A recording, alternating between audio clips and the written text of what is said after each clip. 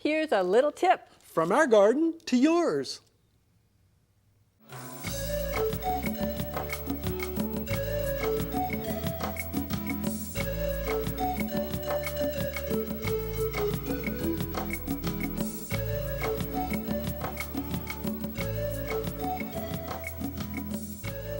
I want to use more seasonings when I cook, but I'm not sure how to do it. Fortunately for me, Luann Duncan, our Family and Consumer Sciences agent, is here to teach me today about using rubs. Luann, welcome to the show. Thank you. Tell me, rubs, I've heard of them, but I don't even know what they are. Basically, it can be fresh herbs, it can be dried herbs and spices, but when they were originally started, they were dried and you rubbed them into the meat. That's why they called them rubs, to get that flavor. And sometimes people put a little thick layer on there, so there's a crunch when you bite into your meat. But really, they're just seasoning mixes that you can use any way you want to. Well, I've had them in restaurants, and I think you're going to show me today how to make a rub. Right, we're going to do a Jamaican blend. It's a spicy one. And we're going to use the coffee grinder. You can get any kind of spice grinder or whatever you want to use. But in this particular case, we want to grind it fine. So you're going to use a stick of cinnamon. A stick of cinnamon. And this rub, it looks like it's going to, you would use it on what kind of food?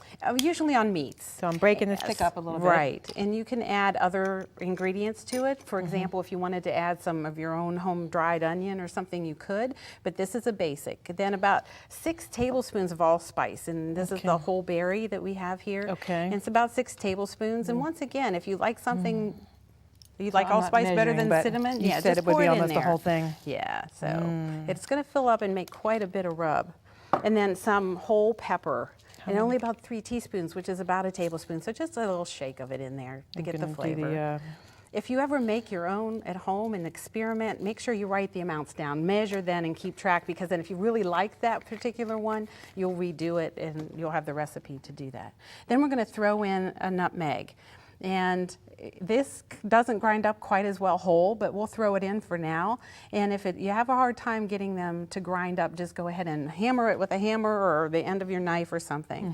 Then you just put the coffee grinder together, and then you make a lot of noise until it's as fine as you want. Now this is really fine.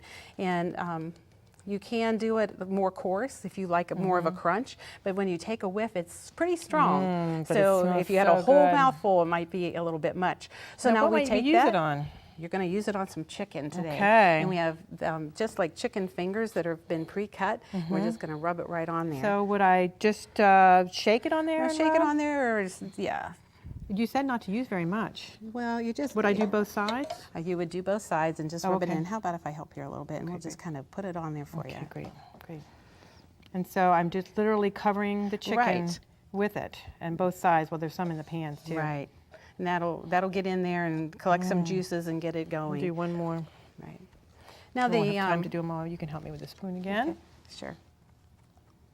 Of course, now I have raw chicken on my hands. Yes, and as always, we are concerned about salmonella. There's no doubt, we always worry about the salmonella. So wash your hands before and after, or wear gloves.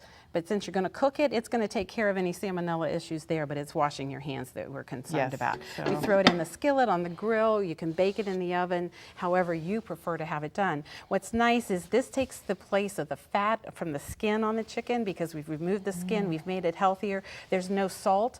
Now the recipe calls that you can add salt, but we're going to leave that out because there's going to be plenty of flavor, and we want to get away from using so much sodium.